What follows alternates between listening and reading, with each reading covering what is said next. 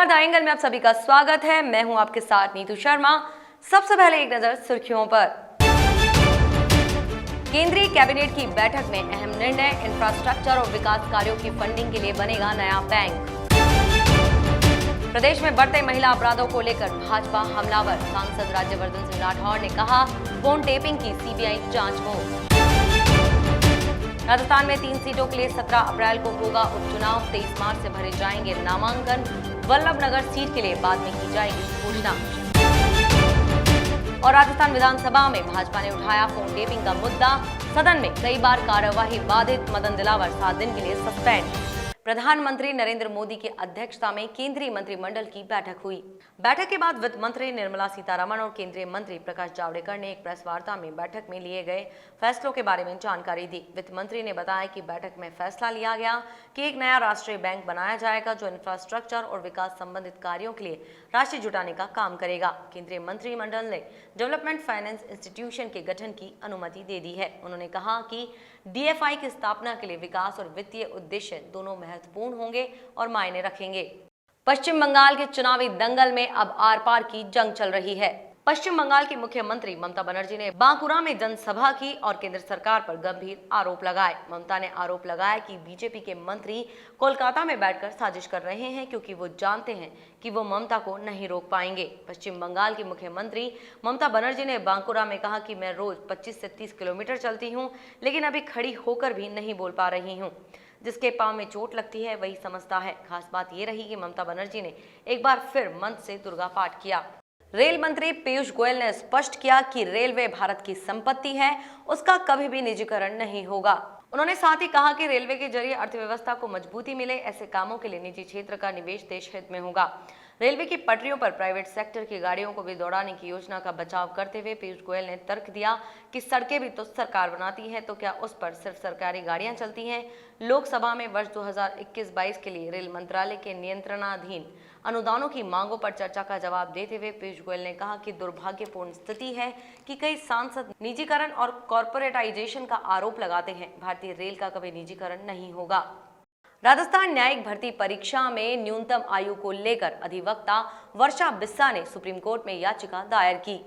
Justice Mohan M शांतनगोदर और justice Vineet Saran की bench में इस मामले की सुनवाई हुई। याचिका पर सुनवाई करते हुए कोर्ट ने इसे असंवैधानिक बताया। अधिवक्ता वर्षा बिस्सा ने याचिका में कहा कि राजस्थान हाईकोर्ट ने एडीजे भर्ती परीक्षा के लिए न्यूनतम आयु सीमा 35 वर्ष रखी है। वह 35 वर्ष से कम आयु की है, ऐसे में वे भर्ती परीक्षा में शामिल नहीं हो सकती।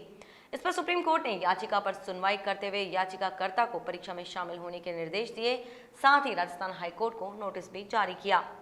राजस्थान में लगातार सामने आ रहे महिला अपराध मामलों पर भाजपा गहलोत सरकार के खिलाफ हमलावर हो गई है।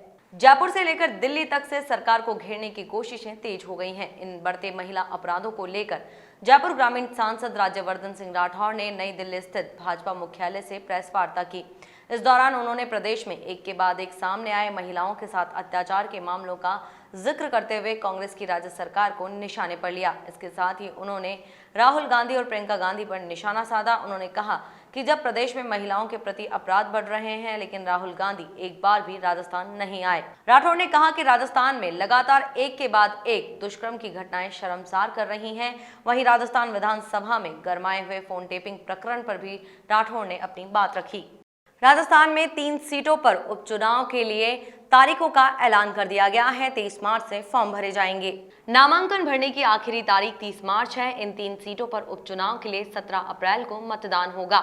नामांकन की समीक्षा 31 मार्च को होगी। 30 अप्रैल तक नाम वापस लिया जा सकता है। 2 मई को इन सीटों के लिए मतगणना होगी। उदयपुर के वल्लभनगर सीट पर उपचुनाव के लिए तारीख का ऐलान बाद में किया जाएगा। फोन टेपिंग पर राजस्थान सरकार के कबूलनामे पर सियासी हलकों से लेकर विधानसभा तक माहौल गर्मा गया है। फोन टेपिंग पर विधानसभा में भाजपा ने जमकर हंगामा किया। हंगामे के कारण स्पीकर को 4 बार सदन की कार्रवाई को स्थगित करना पड़ा।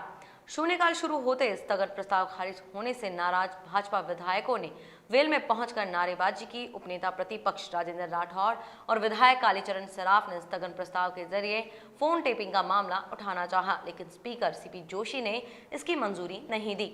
इस पर नाराज भाजपा विधायकों ने सदन में वेल में आकर नारेबाजी शुरू कर दी।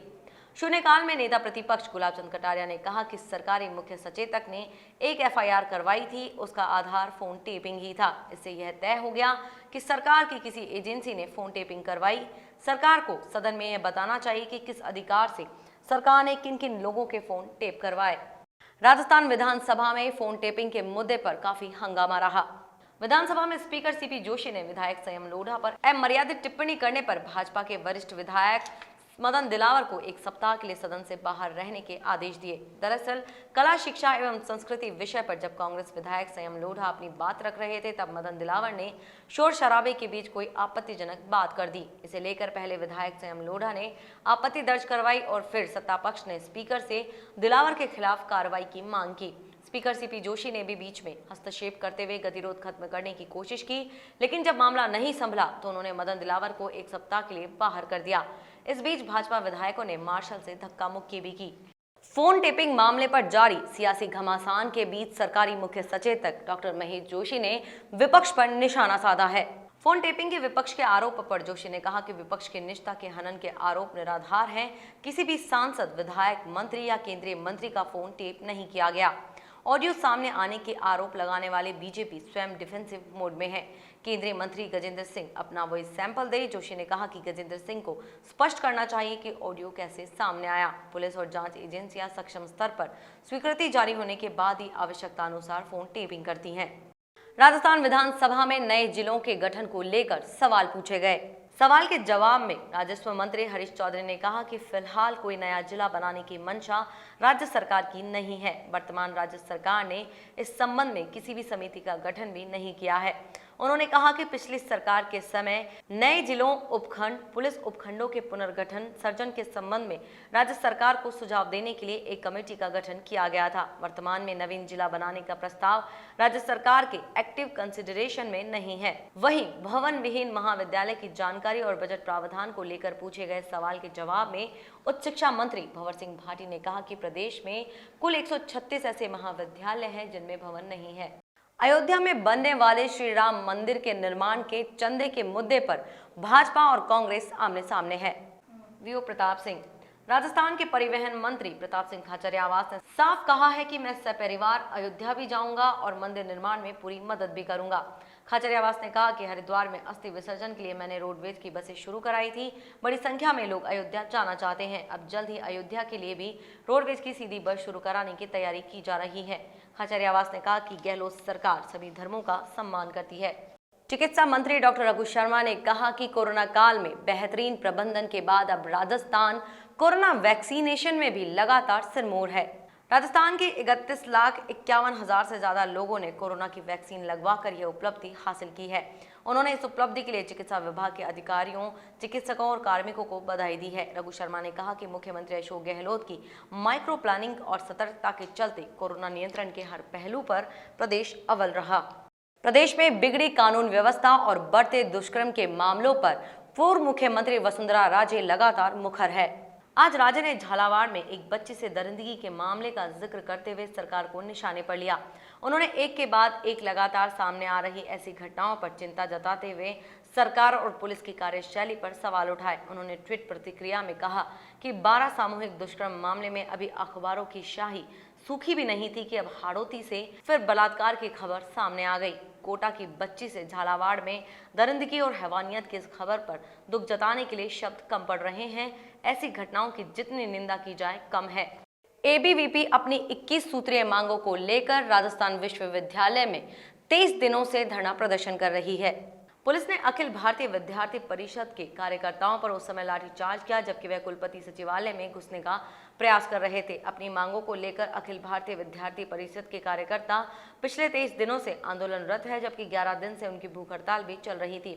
मांगों को लेकर परिषद कार्यकर्ताओं ने कुलपति सचिवालय के अंदर घुसने का प्रयास किया। इस दौरान मौके पर पुलिस और कार्यकर्ताओं में कहासुनी हो गई। जब काफी देर समझाइश के बाद भी कार्यकर्ता नहीं माने और जबरन अंदर जाने का प्रयास किया तो पुलिस ने कार्यकर्ताओं पर लाठीचार्ज कर दिया। लाठीचार्ज से कई कार्यकर्ताओं को चोटें आई। इसके बाद एबीवीपी के कार्यकर्ता धरने पर बैठ गए। जयपुर के जोबनेर में एक युवक की संदिग्ध परिस्थितियों में मौत हो गई। मृतक के परिजनों ने हत्या का आरोप लगाते हुए थाने का घेराव किया। परिजनों का कहना था कि जब तक आरोपियों की गिरफ्तारी नहीं हो जाती वे मृतक का पोस्टमार्टम नहीं कराएंगे। आरोपियों की गिरफ्तारी को लेकर परिजनों और दलित समाज ने थाने का घेराव किया। गौरतलब है कि नामजद आरोपी मृतक के बीच शादी में झगड़ा हो गया था, जिसके बाद आरोपी ने उसे जान से मारने की धमकी दी थी।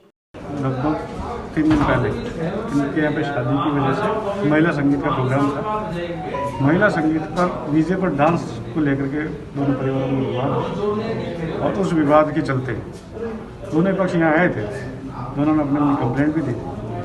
तो जब एक बार यहाँ पे आए तो उन्होंने ये भी कहा कि सर हमारे घर में शादी है, हम बाद में बैठ के देख लेंगे, गाँव का मामला है। लेकिन इसी बीच उस बंदे ने, जो आरोपी है, उसने उसको कैंपर गाड़ी पे टक्कर मार दी। उसमें उसकी मृत्यु हो गई और दूसरा व्यक्ति घायल। इस अपराधी की धरपकड़ के लिए हमने 4-5 टीमें बढ़ा रखी है और लगातार उनका पीछा कर रहे हैं। निश्चित रूप से जल्दी हम उसको गिरफ्तार करेंगे। बूंदी जिले के लाखेरी कस्बे में भाजपा के कार्यकर्ताओं ने प्रदेश सरकार की नीतियों के खिलाफ हल्ला बोल कार्यक्रम किया। इसके तहत भाजपा कार्यकर्ताओं ने प्रदर्शन कर राज्यपाल के नाम ज्ञापन सौंपा। सभी भाजपा कार्यकर्ता जिला अध्यक्ष शीतल लाल राणा के नेतृत्व में बस स्टैंड के पास गणेश मंदिर पर एकत्रित हुए, जहां रैली के रूप में नारेबाजी करते हुए उपखंड कार्यालय पर पहुंचे। उपखंड कार्यालय के सामने कार्यकर्ताओं ने राज्य सरकार की विफलताओं को गिनाते हुए हल्ला बोल कार्यक्रम के तहत प्रदर्शन कर राज्यपाल के नाम ज्ञापन सौंपा। भाजपा जिला अध्यक्ष शीतल लाल राणा ने बताया कि राज्य सरकार की उदासीनता के कारण प्रदेश में लगातार बेरोजगारी, महिला उत्पीड़न, महंगाई, बिजली दर के दामों में वृद्धि बढ़ती जा रही है।